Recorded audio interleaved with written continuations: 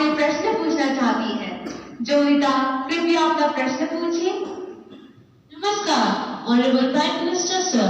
My name is Jovita Patra and I am a student of class 10 of Jawahar Navodaya Vidyalaya, Gurugram, Haryana. It's my privilege and great honor to participate in the Pariksha Pe Charcha 2023. Honorable Prime Minister Sir, my question to you is, being an average student, how can I focus on my studies?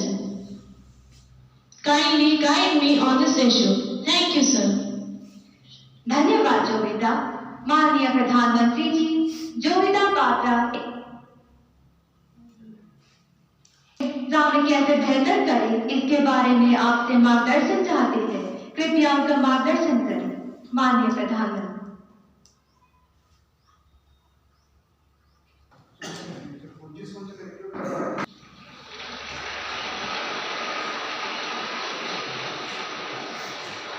वरना ज्यादातर लोग ऐसे होते हैं जो below average होते हैं और अपने आप को बड़ा तिश्वार का मानते हैं, सब बंदर के व्यापारी मानते हैं। तो मैं सबसे पहले आपको और आपके माता पिताजी को भी बधाई देता हूं। एक बार आपने इस सत्य को स्वीकार कर लिया कि हाँ भी मेरी एक क्षमता है, मेरी स्थिति है, मुझे अब इसके अनुकूल चीजों को ढूंढना होगा। मुझे बहुत बड़े तिश्वार का बनने की जरूरत नहीं है। हम अपने सामर्थ्य को जिस दिन जानते हैं तो हम सबसे बड़े सामर्थ्यवान बन जाते हैं। जो लोग खुद के सामर्थ्य को नहीं जानते उनको सामर्थ्यवान बनने में बहुत सारी रुकावटें आती है। इसलिए इस स्थिति को जानना, ये अपने आप में ईश्वर ने आपको शक्ति दी है, आपके टीचर्स ने शक्ति दी है, आपके परिवार ने शक्ति दी है।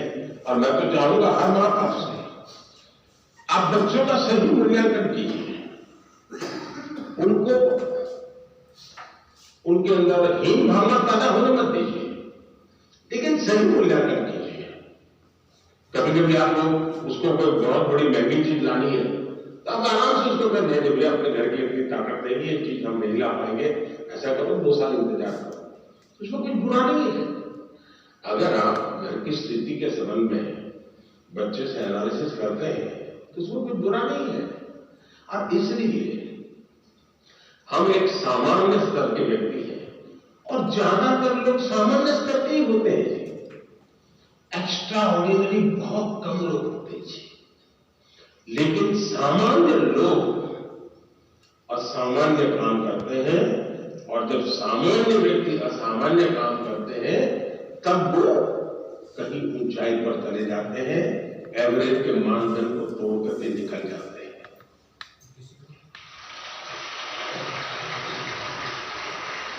और इसलिए हमें कभी भी ये सोचना, दुनिया में आप देखिए ज्यादातर जो लोग सफल हुए हैं वो क्या है, वो किसी जमाने में एवरेज लोग थे, असामान्य काम करके आए, बहुत बड़ा परिणाम लेके आए हैं। अब आपने देखा होगा इन दिनों दुनिया में पूरे विश्व की आर्थिक स्थितियों की चर्चा हो रही है। कौन देश कितना आगे गया, किसकी आर्थिक स्थिति कैसी है, और कोरोना के बाद तो ये बड़ा मानदंड बन गया है। और ऐसा तो नहीं है कि दुनिया के पास अर्थव्यवस्थाओं की कमी है।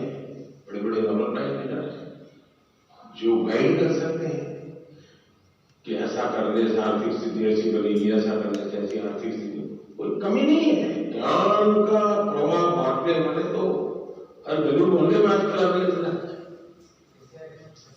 और कुछ विद्वान भी अवेलेबल है जिन्होंने बहुत कुछ किया है। लेकिन हमने देखा है कि भारत आज दुनिया में आर्थिक जो तुलनात्मक हो रहा है, भारत को एक आशा की किरण के रूप में देखा जा रहा है।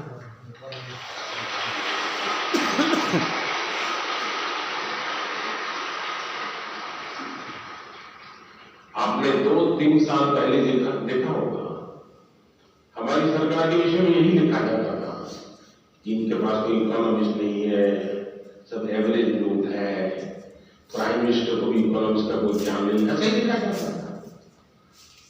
अब पढ़ते हैं तो पढ़ते ऐसा, लेकिन आज दुनिया में वही देश जिसको एवरेज कहा जाता था, वो देश आज दुनिया में चमक रहा है।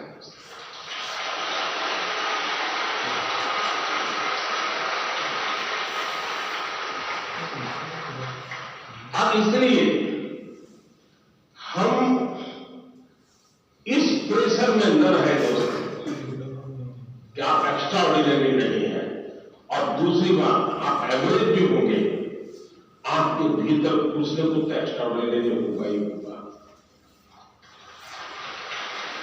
और जो एक्स्ट्रा ऑर्डिनरी है उनके भीतर भी कुछ न कुछ एवरेज होगा। हर एक के पास ईश्वर ने एक अभूतपूर्व क्षमता दी होती है, बस आपको उसको पहचानना है, उसको खाद पानी डालना है, आप बहुत तेजी से आगे निकल जाएंगे, ये मेरा विश्वास है। धन्यवाद। Thank you, Honorable Prime Minister, sir, for your wonderful encouragement to make many students and Indians feel valued and cherished. Honorable Prime Minister, sir, Mannat Bajwa hails from the capital city of Chandigarh, famed for its remarkable blend of urban planning with modern architecture and the scenic rock garden of the legendary nature. She seeks your guidance on a fundamental issue that affects many students like her. Mannat, please ask your question. माननीय प्रधानमंत्री जी, नमस्कार। मेरा नाम मन्नत बाजवा है। मैं Saint Joseph senior secondary school की छात्रा हूँ।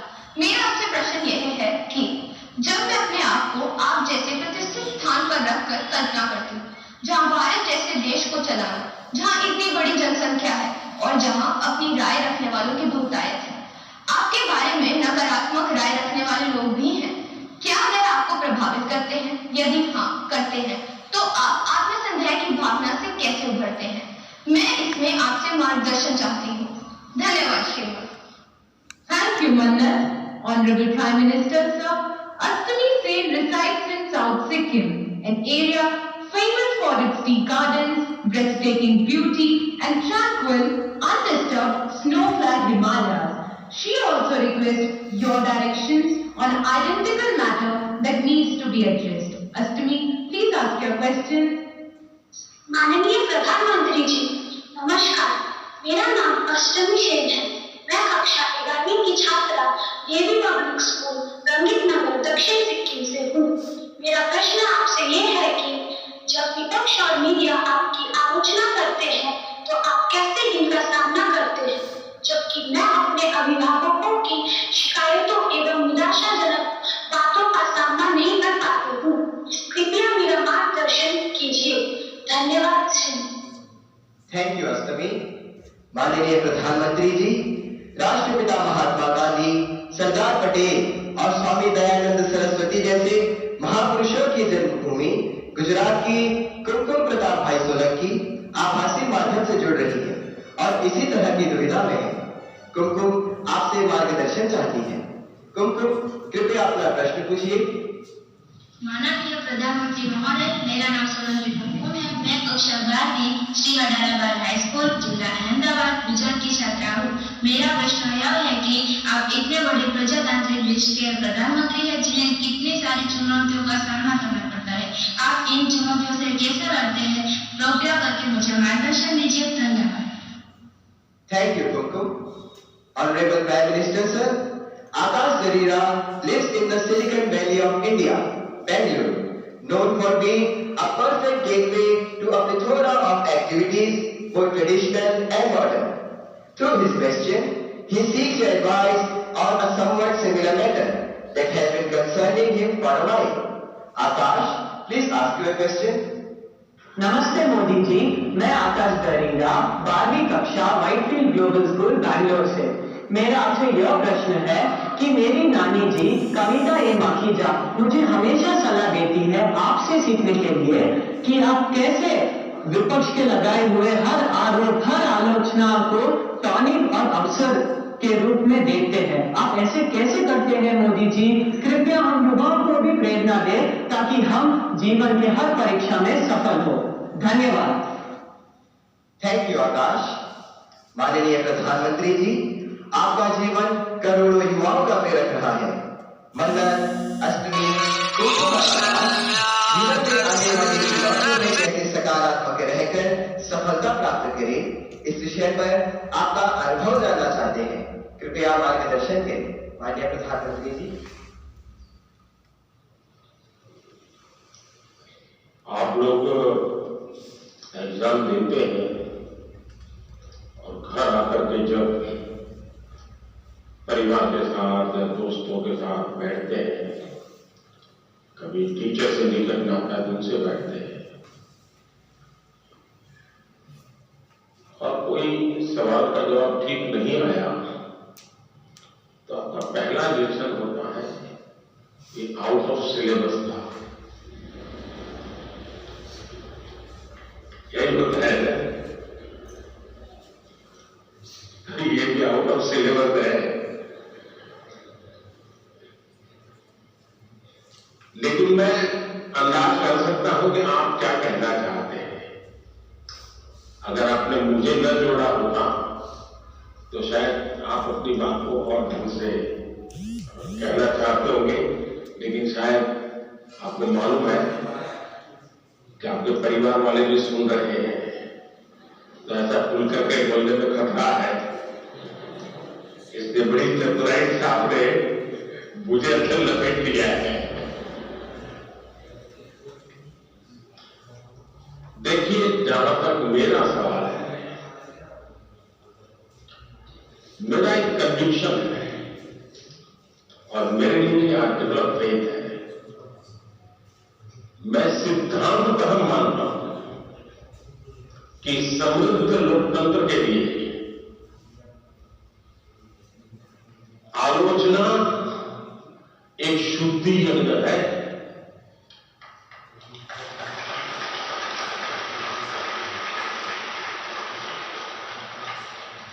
आलोचना ये समृद्ध लोकतंत्र की पूर्व शर्त है और इसलिए आपने देखा होगा टेक्नोलॉजी में ओपन सोर्स टेक्नोलॉजी होती है, मालूम है? ओपन सोर्स होता है, उसमें सब लोग अपनी अपनी चीजें डालते हैं और ओपन सोर्स टेक्नोलॉजी के माध्यम से ये अलाउ किया जाता है कि देखिए कि हमने किया है, हम यहां जाकर के हो सकता है कुछ कमियां होगी तो लोग उसके अंदर अपने अपने टेक्नोलॉजी में इंसर्ट करते हैं और काफी लोगों के प्रयास से तो एकदम से समृद्ध एक सॉफ्टवेयर बन जाता है।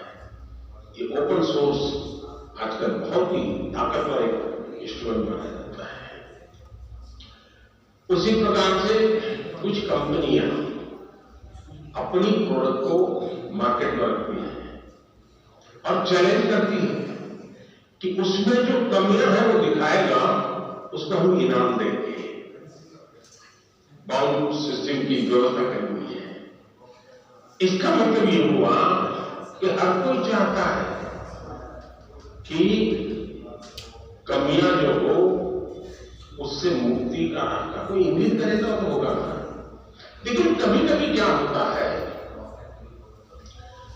आलोचना करने वाला कौन है उस पर सारा मामला सेट हो जाता है।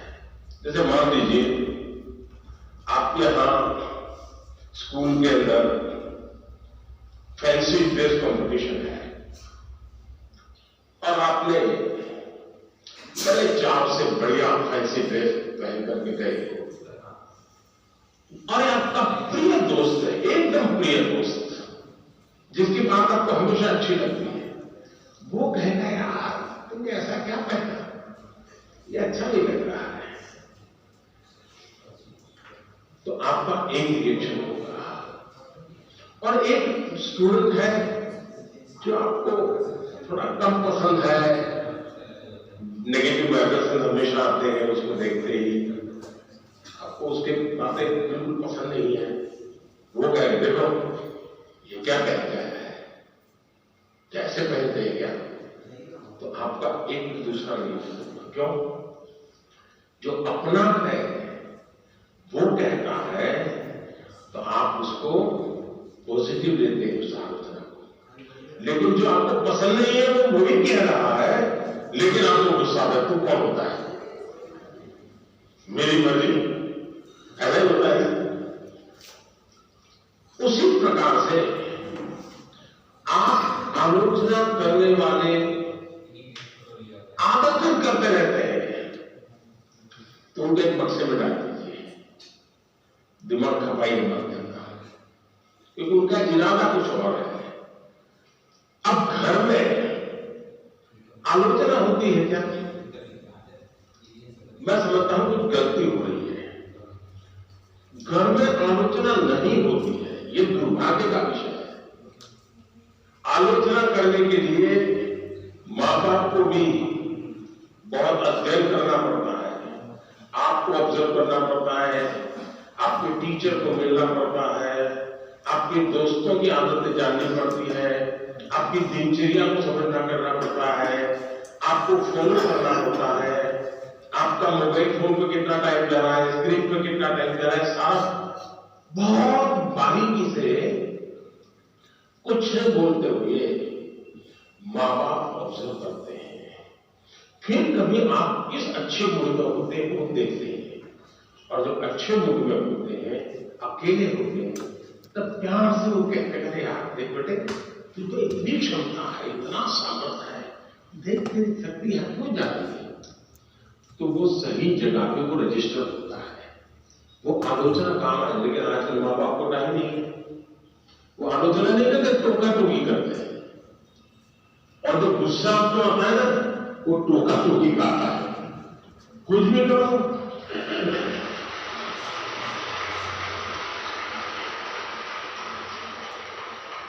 खाने में बैठे हैं कुछ भी कहेंगे, ये खाया तो भी कहेंगे, नहीं खाया तो भी कहेंगे, ये भी होता है ना। देखिए आपके माता पिता जी आपको पकड़ के कर करके क्या, तो टोका टोकी जो है वो आलोचना नहीं है। अब मां बाप से मैं आग्रह करूंगा कि कृपा करके आप अपने बच्चों की भलाई के लिए ये टोका टोकी के चक्कर से बाहर निकलिए, उससे आप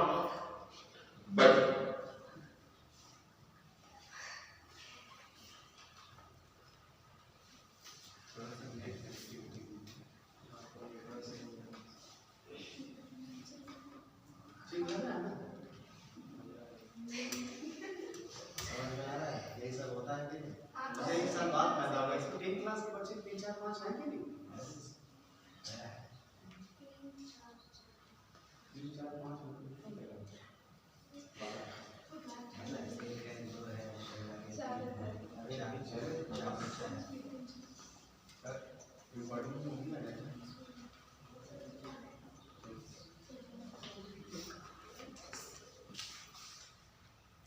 बाहर निकलिए,